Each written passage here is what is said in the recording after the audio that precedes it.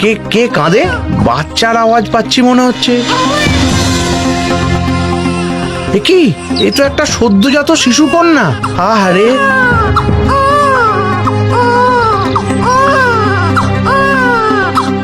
এমন সুন্দর শিশুকে যে ফেলে যায় সে যে কত কঠিন।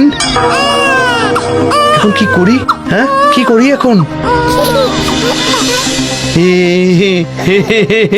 ওরে বাবারে, ওলে বাবালি। আচ্ছা আচ্ছা, চল চল চল চল, তুই আজ থেকে আমার মেয়ে হয়ে আমার ঘর আলো করে থাকবি। চল চল চল।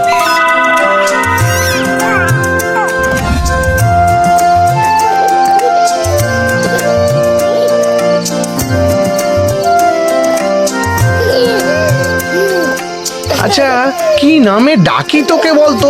তুই যে সকল মেয়ের সেরা, মনোরমা। আহা, আজে বিদু, শুনলাম নাকি তুমি মেয়ে পেয়েছো? হ্যাঁ, কই দেখি দেখি।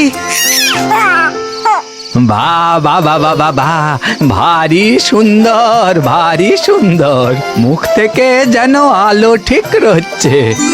এই নাও বিদু, এই দুধটুকু রাখো ওর জন্য। এভাবেই বিধু ও গ্রামে সবার আদরে আহ্লাদে বেড়ে উঠতে লাগলো মনোরমা। একদিন সখীদের সঙ্গে পুকুরে স্নানে গেল মনোরমা। কি হলো? এই মনোরমা, আয় রে। আরে আমি বলছি তো, তোকে আমি সাঁতার শিখিয়ে দেবো, আয় না। না না সখী, আমার ভয় করে। তুই আমায় জল এনে দে, আমি ঘাটে বসেই স্নান করি। আচ্ছা, গ্রামের মেয়ে হয়ে তুই ঘাটে বসে স্নান করবি? চল চল বলছি, চল চল চল চল চল। আহা, ভারী সুন্দর নাম তো, মনোরমা। এমন আধফোটা পদ্মের মতন চোখ, এমন মায়া মাখানো কথা। বিয়ে যদি করি আমি একেই করব।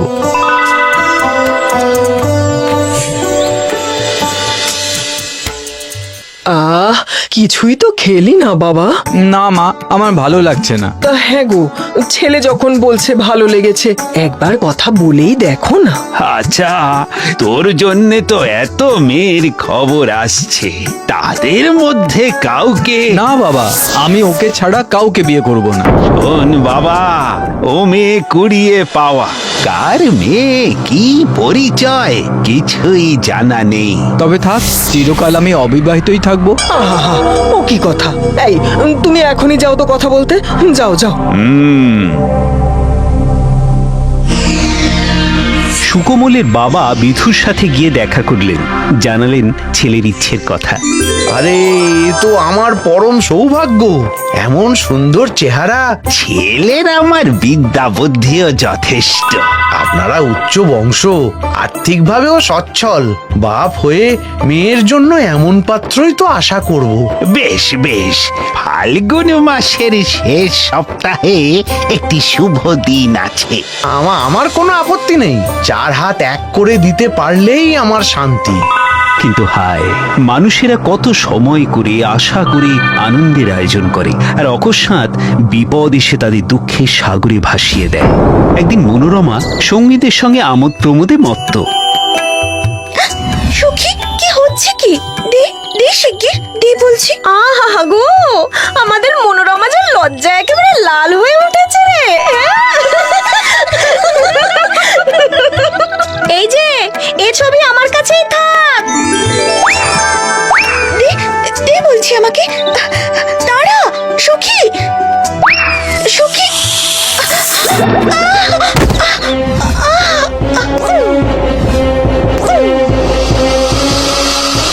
হায় হায় হায় হায়, এই কি সর্বনাশ!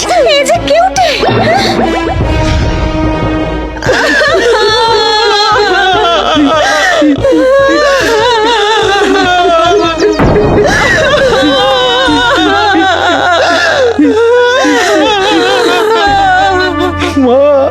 মানে চলেই যখন যাবি তখন কেন এলি?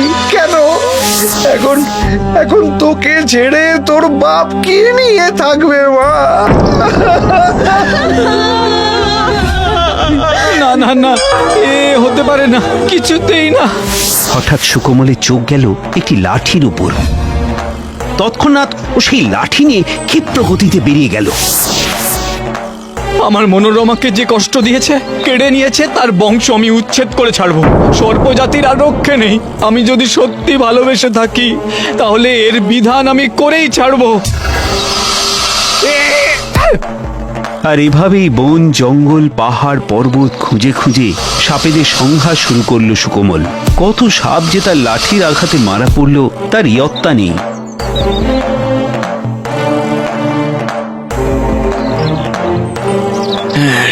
রক্ষা করো বাবা ঠাকুর, আমি তো তোমার কোনো অনিষ্ট করিনি, তবে কেন বিনা অপরাধে আমার প্রাণ নিতে চাইছো তুমি? আমার মনোরমাকে সাপে কামড়েছে। আমার হাতের এই লাঠি তোমাদের সর্পজাতিকে ধ্বংস করে দেবে। এই মানুষ আমরা ডুন্ডুব সাপ, আমরা কোনোদিন কারোর প্রতি কোনো হিংসা করিনি, কাউকে কামড়াই না। যারা কামড়ায় তারা অন্য সাপ, অন্যেরা কামড়ায় আর তাদের সাজা আমরা পাই। কিন্তু তুমি কে? মানুষের মতন কথা বলছো কি করে? পূর্বজন্মে আমি এক ব্রাহ্মণের অভিশাপে সাপ হয়েছি। তাই? তাহলে তোমার এই সাপ জীবন থেকে তুমি মুক্তি পাবে কি করে? মানে আদৌ কি মুক্তি সম্ভব? সম্ভব, তবে তার জন্য তোমার মতো মানুষকে আমার দরকার। সেটা কিরকম? দেখো, তুমি তোমার মনোরমার জীবন ফেরাতে চাও তো? হ্যাঁ, চাই তো, একান্ত ভাবেই চাই। তাহলে তোমাকে দেবলোকে যেতে হবে। সেখানে গিয়ে তুমি তোমার মনোরমার প্রাণ ভিক্ষা চাইবে। কিন্তু জীবিত মানুষ হয়ে আমি সেখানে কিভাবে যাব? সে পথ দেখাবো আমি। আর যদি সত্যি আমার দেখানো পথে তোমার মনোরমার প্রাণ বাঁচে, তাহলে আমিও মুক্তি পাবো। কিভাবে? অভিশাপ দেওয়ার পরে আমি যখন ক্ষমা চেয়েছিলাম, তখন সেই ব্রাহ্মণ আমায় বলেছিলেন, যদি আমি কোনো মানুষের জীবন বাঁচানোর কাজে বিন্দু মাত্র সাহায্য করতে পারি, তাহলে আবার মনুষ্য রূপ লাভ করতে পারবো। বেশ, তুমি আমায় পথ দেখাও। এসো আমার সঙ্গে, এসো।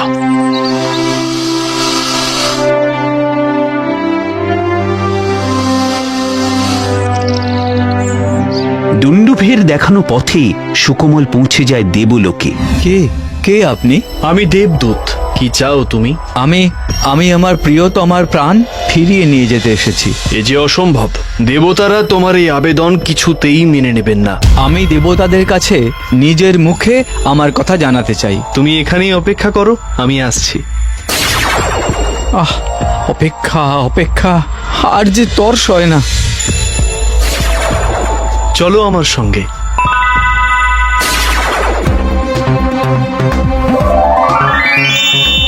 প্রণাম। দেখো বৎস, তুমি যা চাইছো তা আমি কিছুতেই দিতে পারি না। কেন? মানুষ একবার মারা গেলে আর তাকে ফেরানো যায় না। কিন্তু আমি যদি ভক্তি ভরে তোমাদের পুজো করে থাকি, যদি সসম্মানে গুরুজনদের সেবা করে থাকি, তাহলে আমার মনোরমা যেন বেঁচে ওঠে। পৃথিবীতে যারা সৎ মানুষ তারা তাই করেন। বেশ, আমি আমার জীবনে যত পুণ্য করেছি সেই পুণ্যের জোরেই আমার মনোরমা বেঁচে উঠুক। তোমার পুণ্য ফলেই তুমি এই দেবলোকে এসেছো বৎস। তবে কি আমার মনোরমাকে বাঁচিয়ে তোলার আর কোনো পথ নেই? একটাই পথ আছে। বেশ, বলুন তবে, আমি যে কোনো পথেই যেতে রাজি। তুমি যদি তোমার অর্ধেক আয়ু মনোরমাকে দান করতে পারো, তাহলে সেই পরিমাণ সময়ের জন্য আবার সে তোমার কাছে আসতে পারে। বেশ, আমি আমার অর্ধেক আয়ু আমার মনোরমাকে দিলাম, সে আবার বেঁচে উঠুক। বেশ, তবে তাই হোক।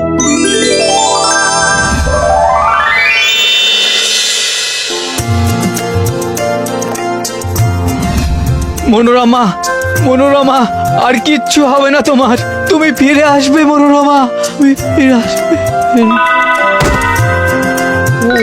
ও নড়ে উঠলো মনে হলো। কই দেখি। কি? আরে প্রাণ আছে তো? ওরে একটু জল আন দেখি এখুনি।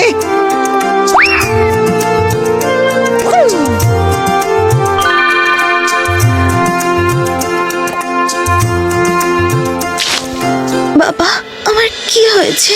আমি কোথায়? এই তো মা, এই তো আমার কাছে। ওরে তোরা সুকমলকে দেখ। ওর কি হয়েছে? কিচ্ছু না মা, কিচ্ছু না, ও জ্ঞান হারিয়েছে।